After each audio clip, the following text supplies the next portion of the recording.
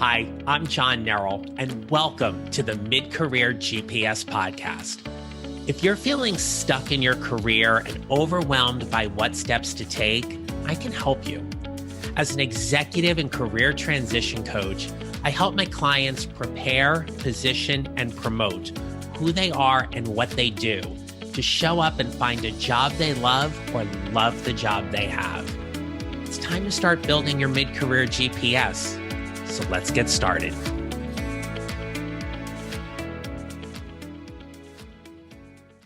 Hi, everyone. Welcome back to the podcast. Now, I want to talk with you today about networking, and my guest is going to help us do that as well.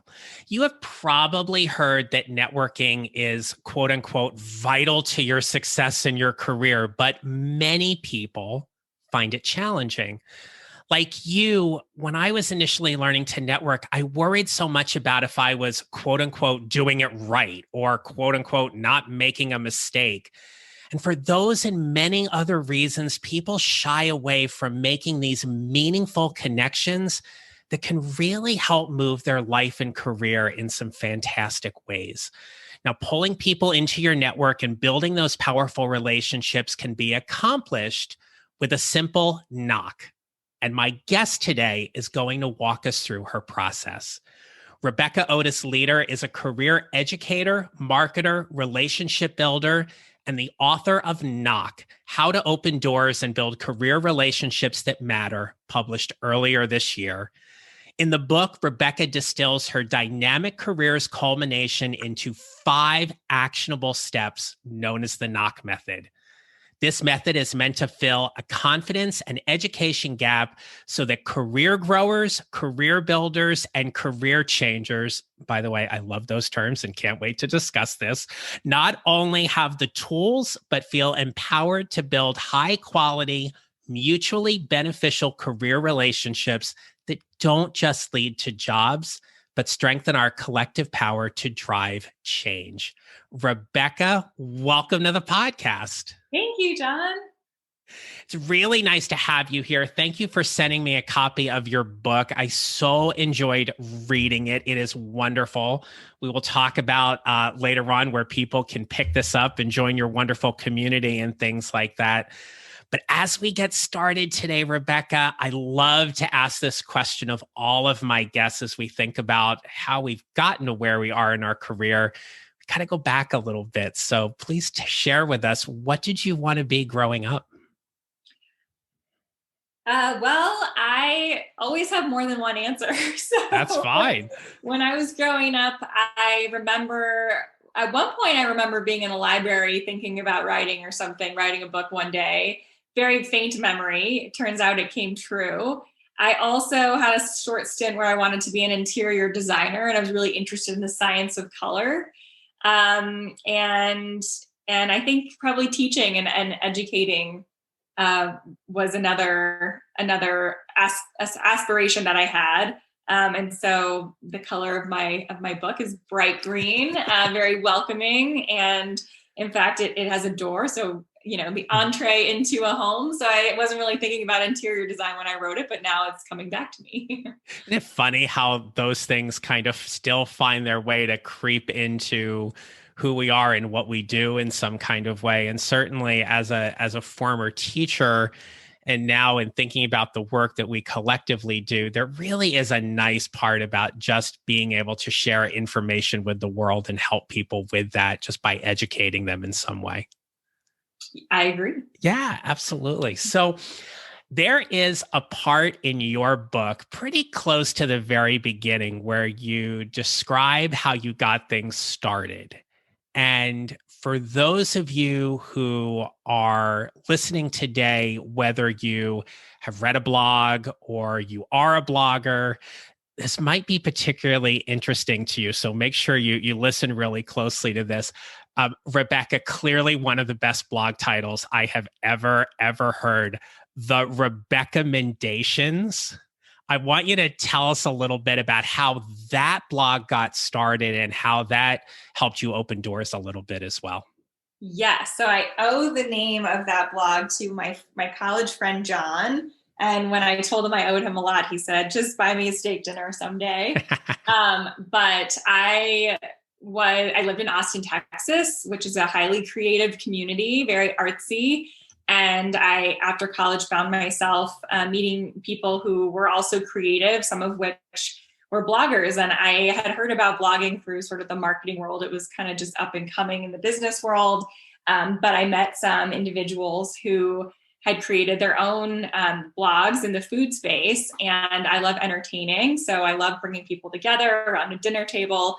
And later you'll hear about in workshops and educational settings, and even within companies in the corporate world. And so I had one night where I was just kind of, thinking about a new project. And I thought, what if I tried to create one? So I decided I would create a blog, and the topic would be entertaining. So anything you could do to be entertained, whether it's entertaining individuals or in Austin, it was about, having fun in the city. So local restaurants, shops, musicians, I covered all of that. And when I actually started it, it was St. Patty's Day, 2009, I believe. So it's already 10 years old. And I didn't have plans. I was home on my computer, and I don't know if it was GChat or I think it was probably GChat, but maybe AOL. I was chatting with my college friend, John, and I said, I need a name for this blog. And he's like, recommendations. And I said, great, perfect. I didn't actually know that it would become anything or that I would keep writing it years later. But it became a creative outlet for me. And then eventually some sort of grassroots, almost like a reporter kind of role that I took on, because or media outlet, I would meet with local business owners. Like I would see a sign that a new restaurant was coming, and I'd peek my head in before they opened while they were building it out, and tried to meet the owner and get a story about the name or the menu or what it meant. And eventually I would share that story on my blog. And soon enough, people were searching for those new establishments online. And so I got some very organic search engine optimization traffic on my website, and it grew from there. But it really was a community. I learned how to build a website. I learned how to market a website. I learned how to be a part of a contributing part of a community. I became a part of the Austin Food Bloggers Alliance. It was the first organization there. And that was the beginning of the recommendations. It's such a great story. And as I remember reading that part in the book, and I'm somebody who loves putting the pieces together, how rich that experience was for you to get you where you are now. Because I'm willing to bet that the lessons you've learned through writing your blog and getting to meet people really was that kind of thing. And correct me if I'm wrong here, but it was such a central theme in your book around collaboration. Would you agree with that? I would agree with that. Yeah. Yeah. And so there's a couple themes that particularly stood out for me in your book. And we'll talk about those 5 steps in the knock method just a moment. But it was about focusing on exchange versus experience, and focusing on competition versus collaboration. And I'm wondering if you can just talk with us for a second here, especially for those people who are in this kind of state of career transition, where collaboration, in your view, truly serves them far better than being competitive with the people they're looking to connect with. Yes. I noticed that there was this sort of underlying sort of feeling with communications, and this feeling where when you're connecting in the corporate setting, you're connecting for whatever your purpose may be, whether it's to get a job, to get a sale, maybe you're new in an office and you're trying to get to know your colleagues, whatever that professional setting may be. There's this sort of defense mechanism that we've somehow picked up along the way that is sort of like, oh, I don't know this person. I'm not going to tell them everything I know, or I'm not ready to share my advice, or I know they want a job here, but I'm kind of looking for a job too, so I'm not going to help them out. And so it felt sort of defensive, and like those walls came up. So that's where the collaboration rather than competition thought came up. And it was really observation and lived experience where I noticed that was sort of a theme. And I wanted to cultivate this trust for people that when we collaborate, we can help each other and we can all get to a better place, even if it's not the same place, or even if it is the same place. And also that collaboration, it sometimes takes that mindset shift that we think, oh, we could partner with this person and sort of pool our individual skill sets, and then the outcome could just be much greater than what we anticipated when we thought we were set out on a journey on our own. So collaboration, I'm hugely passionate about, and the benefits far outweigh the benefits of competition. Even in competitive, highly profitable professional environments where we have corporations that are actual competitors. But if you look closely enough, there might be certain divisions within that company where they partner with their competition, or there's a skill set or a mastery of an area of expertise that they have that the other company doesn't. And then all of a sudden they realize that they can serve the same kinds of customers with different service offerings because one comes to the table with a stronger set of skills here and another comes from a stronger set of skills there. So the more I kind of tuned into that, I noticed that there's room for collaboration even in a competitive setting, but we should collaborate with the best intentions in mind and not only for personal gain. Well said, right? And that can be really hard for people, especially when they're in a vulnerable kind of state, such as trying to figure out whatever is next for their career. In your book, Rebecca, you talk about the career grower, the career changer, and the career builder. So I'm wondering if we can hear from you exactly how you define each of those three people, and then we'll talk about the knock method and how they use that. Sure. So career growers would be someone who's developing their career. So it could be someone who works in a job and either they're looking to grow into the next level, or maybe even go into a new role at another company that might be, more in line with what they're looking to do, or at a higher level. But really developing your career, however you would define that. Career builders would be students who are building a career for the first time, or building a new career for the first time if you went back to school, or you're a graduate student, something like that. Or a startup founder. So you're creating a business from the ground up. So all creating something new. And career changers are what it sounds like. You're looking to make a change in your career.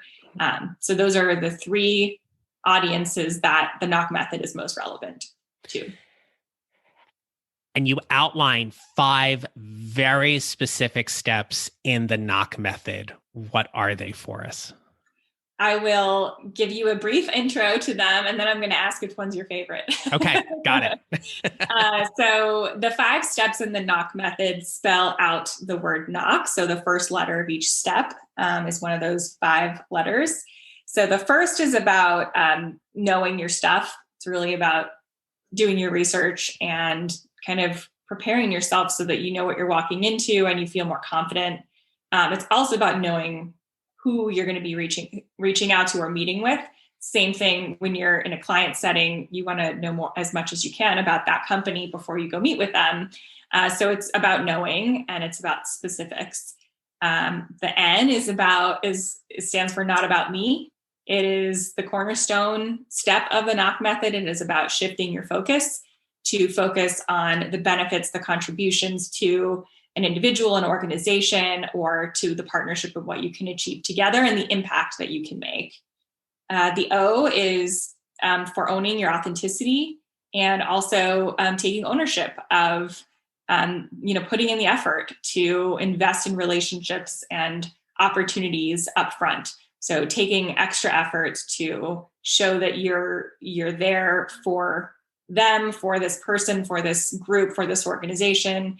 And that you've really done your homework and put in the work to be there.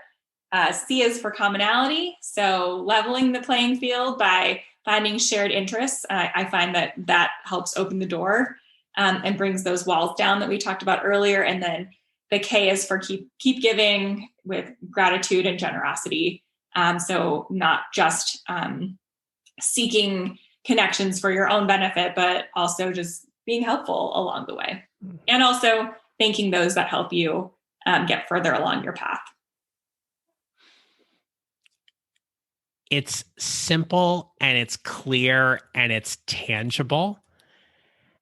And all of them for me resonate on some level. The ownership piece for me is what I think stands out the most, right? I think so much of what we do and how we get to grow and develop comes from that ability to really own where we are and look in the mirror and accept what's working well and what isn't, and how we can accept that kind of responsibility. But to your point, owning it is about having that kind of authenticity and in the investment in where you're at and who you're helping and who you're working with. And I thought that piece, that part in the knock method spoke volumes to me. So thank you for that.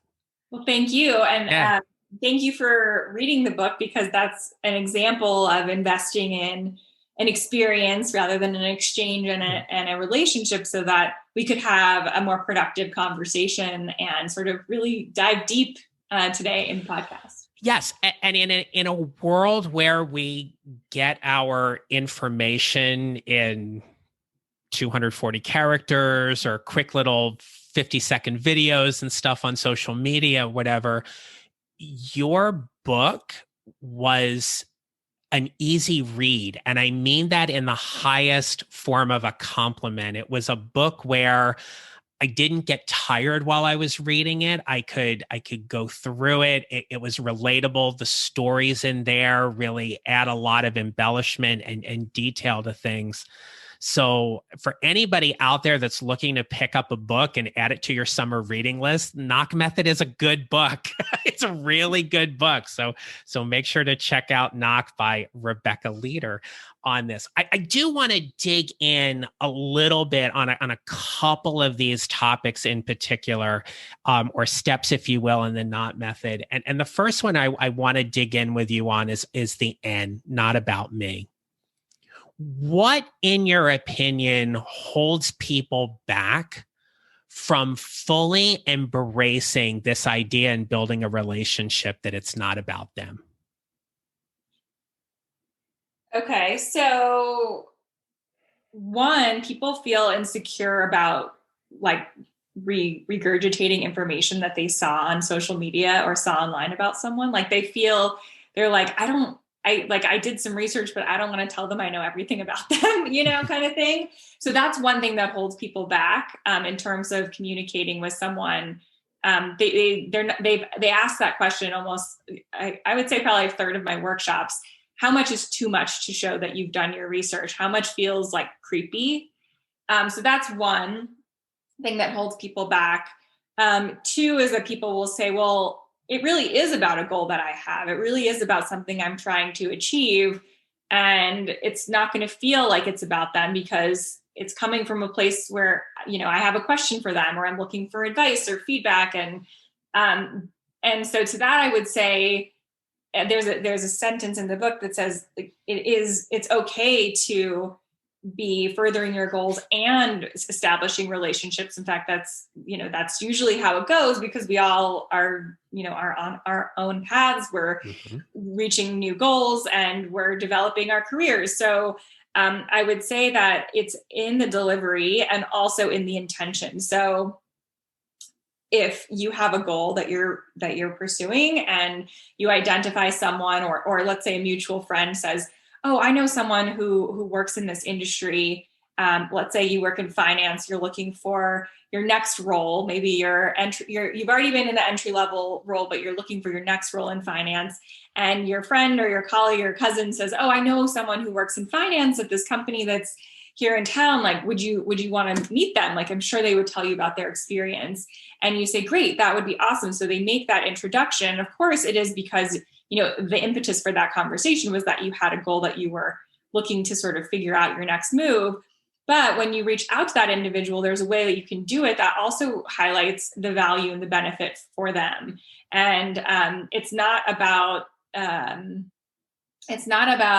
coming off as it's not shallow. It is with intention that you do have some discovery you're looking to do for your own career.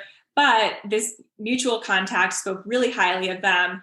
You looked into their background and noticed that they've been at this company. You looked into the company and you thought, wow, their values really resonate with mine. And it looks like they might be growing in the next year. I'd love to hear about your experience with that company as I, conduct some discovery on my own career. And so it highlights the value that the other person's bringing and their experience and their knowledge, and also the mutual contact. So it's more familiar. So you could say that in two different ways. You could say that, message in the way that I just described it, or you could say, hey, I'm looking for a job in finance. I see you work in finance. Would you get on the phone with me? And it's not that they wouldn't, it's possible they would be a very straightforward person and say, sure, no problem.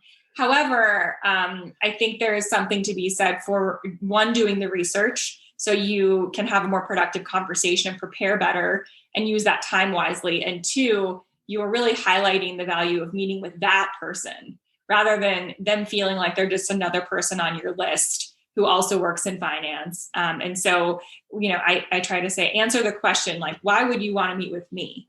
And when people feel like they're seen and they're heard and their experience is the experience you're interested in, and you also that you validated that, you might look into that, you might do the research and say, you know what, it's really not the kind of company I'm looking for, or it doesn't feel like the right fit, then maybe it wouldn't be the right contact. And therefore you tell your mutual contact, thanks for the opportunity, but I think it might be misaligned. And then you go on your way to find the right individuals. In that case, you've saved everyone a little bit of time. So the research really does serve as a filter to make sure that time is well spent for everybody. Agreed. And if we're thinking about how we're building relationships that matter, that are meaningful, to your point, we really have to go back to this, right? Don't be creepy. Nobody likes creepy, right? Creepy, needy, and graspy. Those are three things nobody wants. It's like when you're getting to know somebody, it's a huge turnoff if you're creepy, needy, graspy, clingy, all that kind of stuff. And for people who are seeking that kind of career change, it is understandable that they may want to lead with the, do you have a job for me? Who can you introduce me to? It is, to your point in the book, it is really this opportunity to pull that back and really focus and find a way as to why is this connection a good one for me to have right now, to get really curious, do the research, figure out if that company is the right fit for you, that person is the right fit for you. And that can be really, really difficult when you haven't had a job in 6 months or a year. But it also, leading with that, do you have a job for me, is also more than likely going to be a huge turnoff and not really help you build that kind of relationship and miss out on a nice opportunity potentially. Yes. And I would add, it's also, why is this a good conversation for them too? And so there is a fine balance. It takes practice, and every conversation I have in a professional context, whatever it is, I practice this, and sometimes I don't get it right, but it's a balance between sort of coming to the table with sort of, ideas of what you would be discussing and how you would be able to connect based on your research, and leaving the door open enough that you're not pigeonholing yourself into that specific agenda. Because what I find is if you're able to connect on the same industry, the same, mutual contact, we live in the same city, I noticed that you participated in this conference and I've been there before, or you visited this city and I went on vacation there, whatever those like sort of human commonalities are, you'll leave the door open to discovery. And what can happen is that what you thought you were reaching out to them about in the beginning is nowhere near where you end up. because you end up coming up with some new idea, or all of a sudden they're like, actually, I'm looking to hire for my team, or actually, I'm on the way out of this company. My last day is next month. But here's what I can tell you. So like sometimes you just can't account, you can plan and plan, but you don't know what's going to come from the other end of the conversation. So being prepared and being open. So that's why it's sort of opening the door to possibilities and trying to connect with that individual, and then being open to those possibilities of how you might be able to help each other and partner. And there have been countless meetings where I thought it was going to go a certain way and it went a totally different way. It wasn't wrong or bad, but all of a sudden I learned something new from them, where they said, I said, I'd love to hear your experience with this company. And they're like, well, actually it hasn't been very positive. You're like, oh, yeah. Wow. Well, I'm glad we had this conversation, but help me understand why, or where are you going next, or whatever that may be. So trying to make it a conversation and not simply an interview on your part. As you were talking, and of course, for anybody listening, we have multiple emails that go back and forth, and we talk a little bit before we actually start recording. And I had shared with you, like, I don't know sometimes where these conversations are going to go. And as I'm listening to you, it's the career builder that came up for me. And specifically this. In your experience, in your research and writing the book, if we think about the career builders specifically for a moment, it seems to me that they've missed out on a lot of opportunities because of the pandemic. When the world shut down, the networking events, the college career fairs, all of those kind of things just got taken away in a lot of respects. And they missed out on opportunities that a lot of people have had the benefit of in their career. What would you say to them specifically to help them close that kind of gap in an immediate ROI, if you will, based on the knock method? What would be that thing for them that you would say, this is going to be the one thing that's going to help you move your career quicker if you just do this? I actually have two answers for you. Sure. That's choose better than one. Go ahead. Great. One is, have these kinds of conversations, have informational interviews, practice connecting with people that you don't know very well for a purpose. And again, make great use of their time. And the knock method can help as a guide to figure out how to do that. There's a template for reaching out to someone that you've never met before in there, but practicing that virtual professional conversation is going to help tremendously, because whether it's an interview or whether someone's reaching out to you, or whether you're meeting with a mentor, whatever that may be, that virtual setting is going to start to feel more comfortable. And you've probably already been doing it if you recently graduated and your classes were virtual. But getting more familiar with that and knowing that they're not all going to feel great. Sometimes you're just having an off day with that person, or it's not jiving, or you were kind of off in what you thought you would connect on. But practicing the virtual conversations, preparing for them, researching, and reaching out to people that you don't know, but you can find common ground with. So it makes it a little easier to do that. And then secondly, the investment piece of the O in the knock method, which is pour yourself into whatever it is that you think you want to do, for two reasons. One, it will help validate whether that is what you want to do, or help you refine the area of that thing that you think you want to do. And two, you'll be getting actual hands-on learning and skill sets, whether it's volunteer for a virtual conference, and then you probably get access to new educational opportunities, or sign up for demos of new technologies. Whether, say, you want to be a social media manager, find out what the top 5 social media management platforms are and sign up for demos for like 1 month free trial or whatever that may be, or a demo, and the salesperson will call you and say, hey, are you interested in buying my platform? And you'll say, actually, I'm just doing research. But test it out, and all of a sudden you'll gain new skills that you can market on your resume and actually practice. so that you're filling that skills gap that you can gain even when you're not full-time employed. So you're going to have those skills that job descriptions are expecting you to have. So those are two examples, but however you can read your industry, publications, talk to individuals who do what you want to do, immerse yourself and pour yourself into that world and get to know it so that you know the language, you know what those employers are looking for. And that's the second tip. Two great tips. Thank you for sharing those. So there was one particular quote in your book I'm going to read to you. And I'm just curious what your thoughts are around it for anybody listening, because it was one of those quotes that absolutely stood out for me. You wrote, quote, especially in today's social media fueled world where people feel the need to be validated by others, it's important to value people for who they are and not what they can do for you. That quote jumped out for me as I was reading it. And so from you, why is it important to value people for who they are as opposed to just what they can do for you? Thank you for highlighting that. It's fun to hear other people read the book.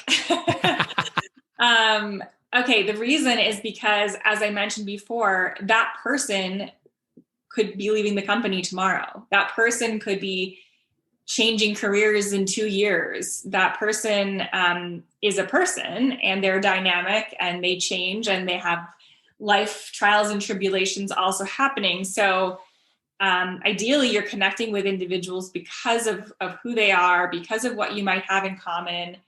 Even if what you had in common was that you came from a similar industry or used to work at the same company, or you have a mutual colleague or friend or family or whatever that may be.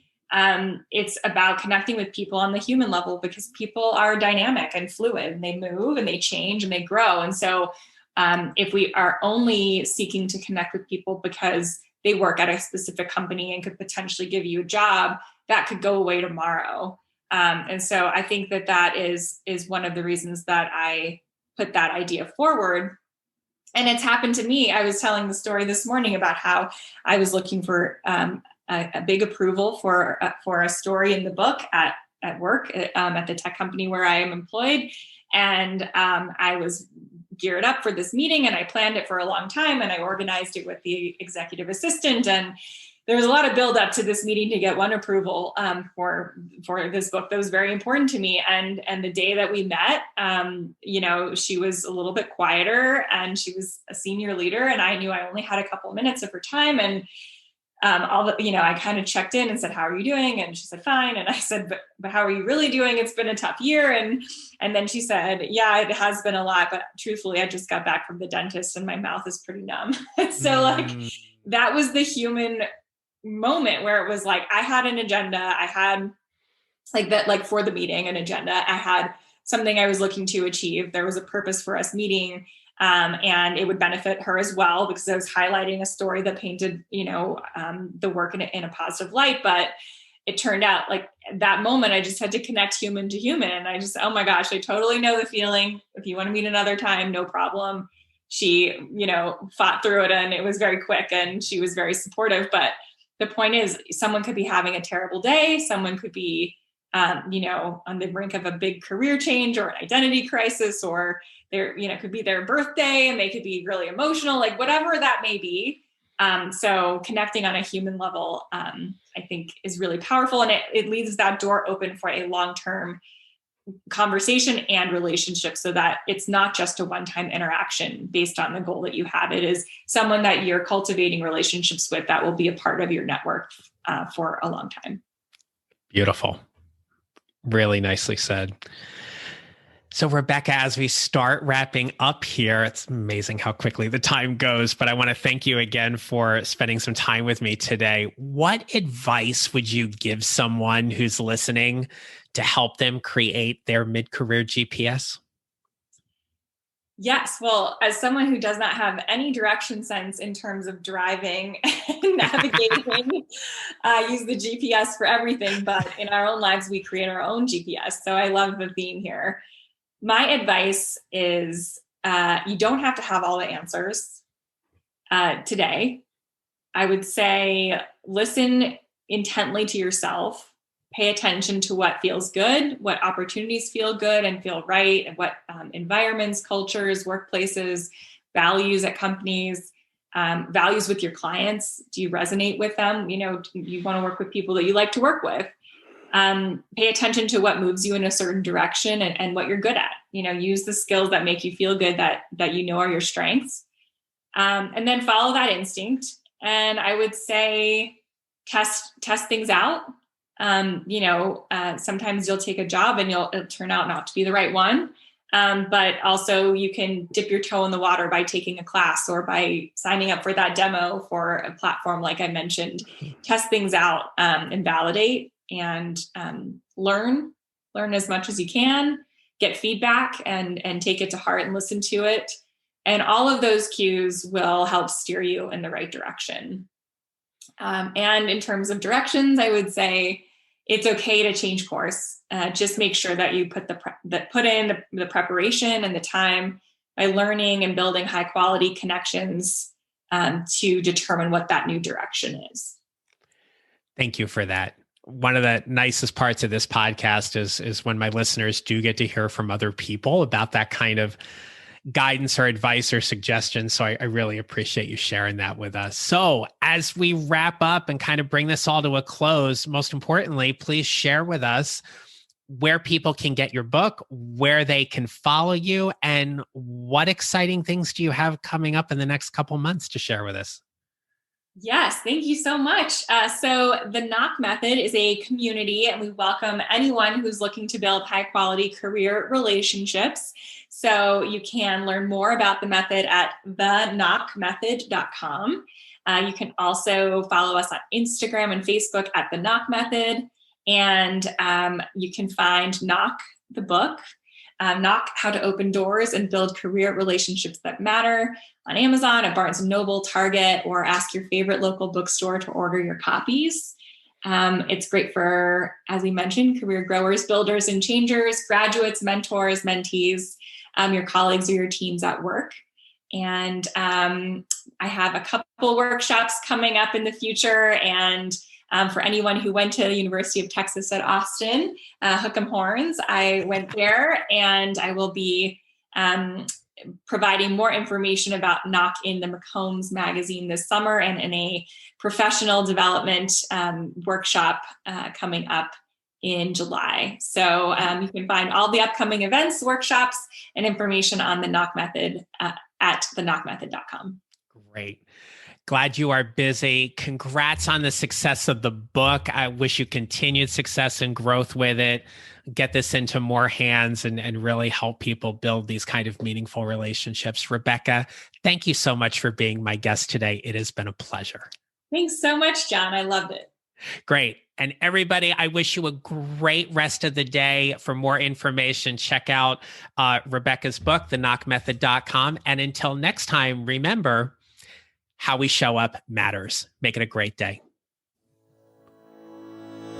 If you enjoyed today's show and don't want to miss an episode, follow on Apple Podcasts or wherever you usually listen. And I'd appreciate it if you would leave a rating and review. Visit johnnarroll.com to download your free copy of the 55-minute career transition jumpstart to help you start building your mid-career GPS.